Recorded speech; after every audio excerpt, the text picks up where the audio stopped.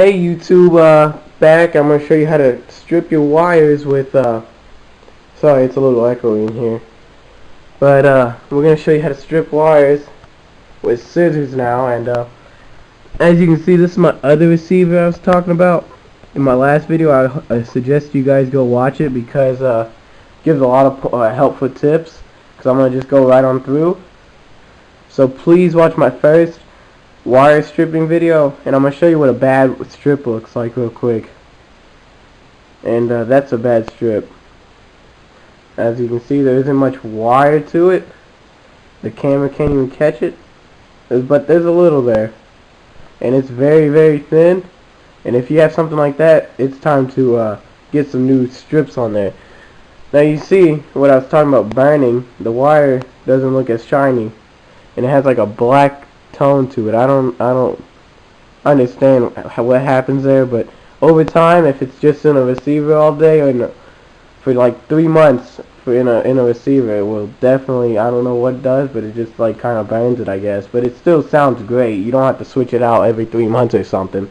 So don't get that idea. Now, this is another way to show you what I was talking about. These little things lift up, and there's a little hole that you can push your wire into. See where the red blocks it? You want to put your wire right into there. Your negative the same way. Now if you have something like this is an old receiver. You don't have HDMI on here or anything. And this is AM and FM. Don't worry about those unless you're going to put up an antenna, and it's pretty simple, same way. And that's just component and RCAs over there. So let's get into it. Alright, so we have our scissors and we got our speaker wire. All we're going to do is want to chop down to wherever you want to chop, and I could chop down to way down here, and there's a lot of trials and errors, but you're definitely going to have an extra little bit because you may mess up with scissors. So you just want to snip it right off. These are high powerful scissors. And now we got stuck with this. And so, okay, so YouTube, I'm back. Yeah, we're just using stuff around the house. So we have a fresh tip, okay? And we got a steak knife. And like I said, I'm just trying to use stuff around the house like everyone's got. And you just want to cut down right through the middle of them and rub it against the blade. And as soon as you do that, this thing starts cutting away. Now this is like one of the easiest ways. This is in a box cutter, but I actually find this pretty easy. Now see that we got it unglued perfectly, and check inside the wire there if there's any exposed speaker wire. Then if there is, that means you cut over to one side too much, which is okay, and you just want to restart. And you just chop that and redo this. Now since I'm trying to keep this video shorter, I'm not going to do it, but you would just cut it wherever you messed it up, right below it, and redo it. Now, you just want to pull them apart. You just pull them apart like regular things, and there you go. Now, with scissors, you want to try to grab the wire with the same amount of length as I was showing earlier, and you just trying to push down, but not very hard where you're going to cut it, and you just want to try to work it on out. And you will have a lot of errors. So you try to keep this wire right here split down so you don't have to recut it in the glue, because you're going to have to cut a lot off probably, because you're going to mess up a few times at least. Now, see, I just cut it off accidentally. It's really, really difficult without wire strippers, but you can do it. And you just want to try to push down and move out. As you can see, and I'm not gripping down too much, so enough I should say. So you grip down and you try to work it on out. Grip down, try to push it without cutting the wire. Now I do recommend you do it the other way, but if you don't, I understand. And see, I just cut it again. It's very difficult, and I've only successfully done it one time. And you want to have some dull scissors probably. See this.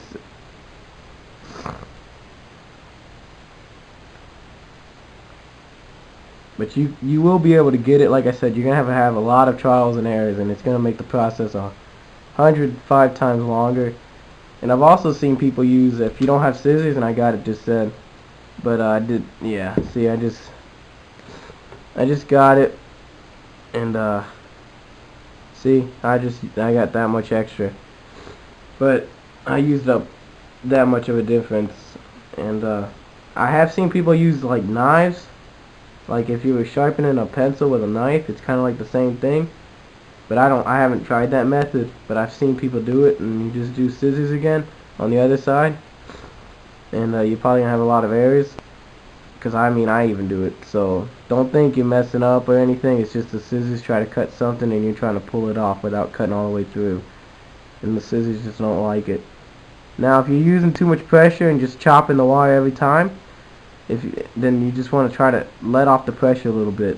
Now, if you're not putting enough pressure, where you see me just slide my scissors out pretty much, then put a little more, of course. And you just gotta adjust it until it flies right off. And I almost got it there, but I just about cut it. Now, see, if you have something like this, you don't want to have the same speaker wire probably, but because I see some ends there I've lost. This is only like partial, and I recommend not doing it because there's not enough speaker wire to obtain good sound quality. And you want the best sound quality, of course, because you don't want to have losing input and then your speakers start popping for no reason in the middle of a good movie. So do it right the first time, of course, and just sit here and keep trying. I almost got this one, but I chopped a few, so we have to restart anyways. But see, it sucks, I know, but if you don't have wire strippers, you know, and you got a surround sound, you gotta do what you gotta do, you know. So and this does take a minute, and if you got 5 speakers, I suggest you just go buy some wire strippers, because you're gonna be sitting here all night trying to get it until you get them perfect. And I mean, even this method right here doesn't get them perfect. I will say you probably did cut some wires, and the wire strippers don't cut at any wires. Oh man. So you see, I almost got it off the second wire here, and I just pulled it off. And you see, if you get it like that, if it's almost pulled off, then you know what? Just go ahead and pull it off. And there you go. That's how you do it with scissors. And I got 2 strong connections. And that's a little short on the short side, but since you did it with scissors, it'll be fine. See, that's what you're aiming for, that size right there. This is a little small, but it will do. If you have anything shorter than this, it's about half an inch right there. You don't want it if it's under half an inch, pretty much. Or not half an inch. What am I talking about? Yeah, about I don't know. I haven't measured it, but you want something about that size, which is size of I don't know. So yeah, that's how you do it with scissors, and you just gotta go to the other side and do the same thing. If your wires are just a regular speaker wire, you see I just got a wire, and that's how you strip it, and you just put that in like my video I was showing earlier, and there you go. That's how you strip it with scissors. Now look at all these errors I gotta pick up. That's just a mess. I'm telling you, that's the best way is just to get some wire strippers and not scissors.